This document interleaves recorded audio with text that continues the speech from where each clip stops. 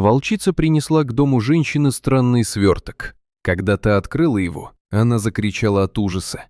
Холодное осеннее утро в далекой деревне началось с тревоги. Баба Надя, прожившая всю жизнь на краю тайги, давно привыкла к тишине леса.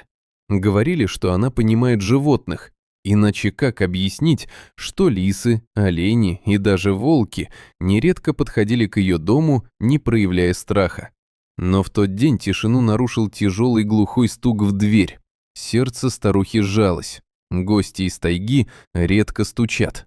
Она медленно подошла, отодвинула засов и приоткрыла дверь. И замерла. На пороге стояла огромная волчица. Ее мощное тело было покрыто инеем, дыхание тяжелое, а в глазах что-то странное. Не угроза, а скорее просьба. Надежда сразу узнала ее. Много лет назад, когда она была моложе, она нашла в лесу маленького волчонка, попавшего в капкан. Рискуя жизнью, она освободила его, обработала рану и отпустила. С тех пор иногда в чаще мелькала тень. Большой волк, который не подходил близко, но всегда наблюдал. И вот теперь он стоял у ее двери. В лапах волчица держала странный сверток. Старый промасленный брезент, туго перевязанный веревкой.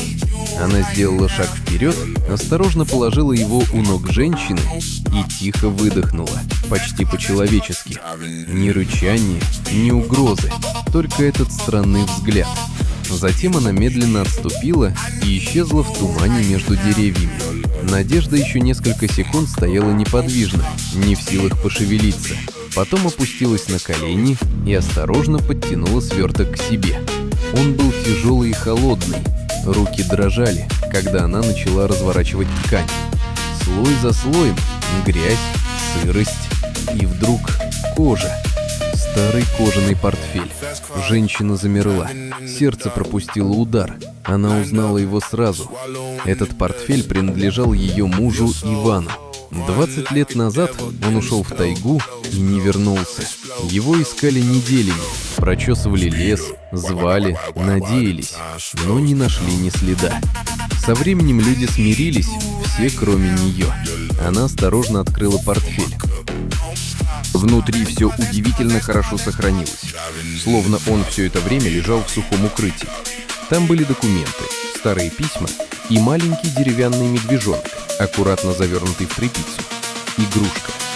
Надежда тихо вскрикнула и прижала ее к груди. Она вспомнила. Иван вырезал эту фигурку долгими зимними вечерами. Тогда их дочь ждала ребенка. Он хотел подарить ее будущей внучке, но не успел. Слезы покатились по ее щекам. Столько лет неизвестности, столько боли, и вдруг ответ. Неполный, но достаточный, чтобы понять. До самого конца он думал о своей семье. Надежда медленно поднялась и посмотрела в сторону леса. Туман все еще висел между деревьями, и на мгновение ей показалось, что в глубине мелькнула темная тень, та самая волчица. Словно она все это время хранила портфель, или нашла его там, где человек уже не мог найти, и принесла именно сейчас, когда это стало особенно важно. Надежда тихо кивнула в сторону леса. «Спасибо», – прошептала она. Ответа не было, только ветер прошелся по верхушкам сосен. Но в тот момент, впервые за долгие годы, она почувствовала странное облегчение, будто тяжелый груз, который она несла все это время, наконец отпустил ее.